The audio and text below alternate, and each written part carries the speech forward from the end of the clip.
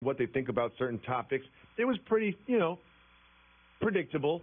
But this I found to be an interesting result from the survey. They had this.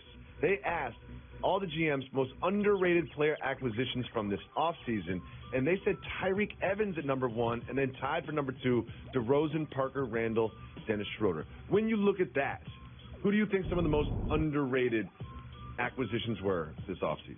I like that list, and for those that are going to scream at the television, it clearly didn't designate players that got drafted or players that signed or players that re-signed with their current team. It's underrated, so it's not like the big names. And so I looked at that list, and the first one that really just jumped out at me is DeMar DeRozan is a lot better than people realize. Oh, yeah. And how is he underrated? He should be one of those people that should be exempt from that list. He's a 25-a-game scorer perennially. He got picked up by the Spurs, and we know they get the maximum effort out of their players. Yes, they do. I think now a team that made the playoffs without Kawhi Leonard, adding him, he's going to be a problem for teams in the West. That would be my choice. One of the names that jumped out to me, Dennis Schroeder. Schroeder, whatever we're calling him now. I found really interesting because obviously now he was going to be the backup point guard. He's kind of been like in between starter and backup when he was in Atlanta, and they tried to feature him in Atlanta. They didn't win a lot of games, but he played pretty well last year. And now we've got Russell Westbrook out for 4 weeks, 5 weeks, whatever. So he's going to be the starting point guard for the Thunder, a team which both you and I think will be a little bit better than people realize. I think he's going to be a key acquisition for that team. He will, and also he may sometimes have the ability to finish games and take Russ off the ball. I think that's a dynamic that they've still tried to cut down his usage to preserve his longevity and keep him fresh toward the end of games. I think the one name that jumped out that was not listed was Carmelo Anthony. Yeah, good point.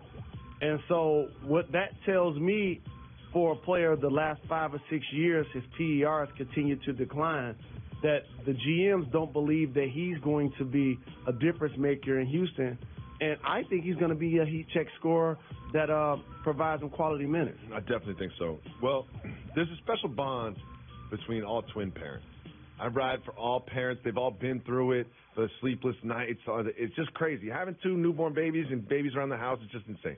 Well, there's a power couple that has twins, Enrique Iglesias and his lady, Anna Kournikova, a name you haven't heard for a while. Well, I usually ride for all twin parents, but I cannot co-sign Mr. Iglesias' latest moves.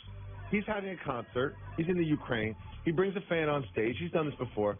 Not only does he bring the fan on stage, he then makes out with her. Whoa! Makes out with the fan. Whoa! Just months ago, he had twins with Anna Kournikova, and we're not done yet. He gives her a hug, and she wraps her legs around him. Jalen Rose is transfixed looking at this footage. Wow. What do you think he tells his wife? Or not his wife. What do you think he tells his baby mama, Anna Kournikova? Like, we may be looking at the end of their relationship. He's done this before, too. He's a serial bring a girl on stage and kiss her on the stage. And he does it a lot. Everyone has a type, but from the video and your great breakdown, it made me think he made sure he brought somebody up there to make out with that he felt was attractive. Yeah, he picks. Like, there's a break during intermission, and there's a guy named George. He's like, George, okay, row 3, section 4, seat 7. And here's the thing is, can he tell Anna Kournikova this?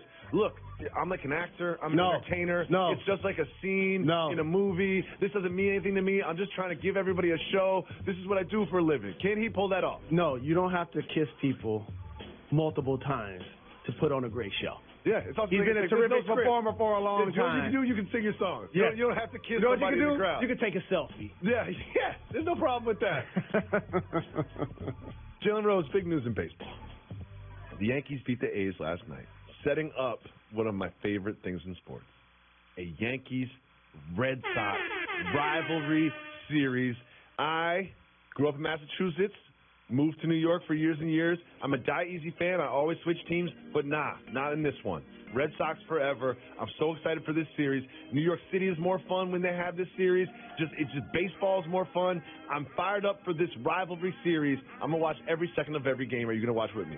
I'm going to tell you the difference maker. Okay. Remember I told you he's going to hit over 400. He's going to seem like he's always on base. I'm happy that this series is taking place now, in particular that we're spending time and living in New York City. The energy and the enthusiasm is exciting and paramount, but Giancarlo Stanton, first time in the playoffs. I hope that he's able to perform on this stage, because I remember when they brought in A-Rod initially, big-time player, MVP, and he played a key role in some Red Sox-Yankees playoff series. Absolutely. So I want him to be able to elevate himself like A-Rod eventually was able to do with the Yankees, and I'm happy Judge is back as well. Absolutely. I'm super excited for that series. I'm also excited for soft move or boss move. It's always time for that. Soft move or boss move, don't move.